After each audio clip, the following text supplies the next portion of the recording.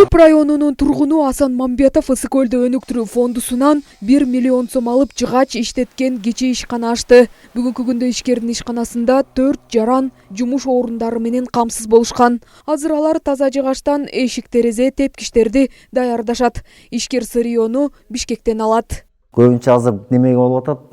Тоого үй салып атабыз, кичинекей чакан коттедждерди жасап келдик былтыр. Быйылкы ишибиз жалаң тепкич жасап атабыз, лестница. Ошол коттедждердин экинчи кабатына чыкканга тепкичтерди жасап атабыз. Эшиктерин, терезелерин жасайбыз. Биздин профилибиз жалаң жыгач, таза жыгачтан жасайбыз. Эч кандай ламинат неме кошулбайт.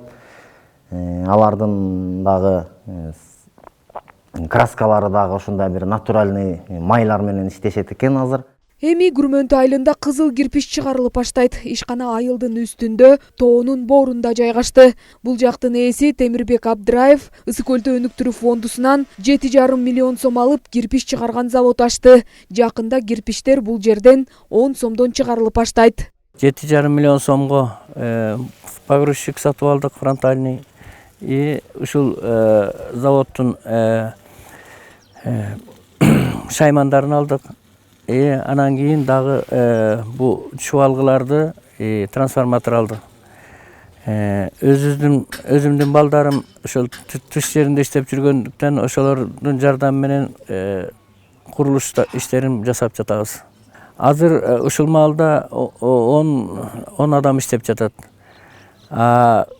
Бул завод ишке кирсе, кубаттуулугу 30 миңден 40 миңге чейин күнүнө кирпич чыгат, 70 адам иш менен камсыз болот.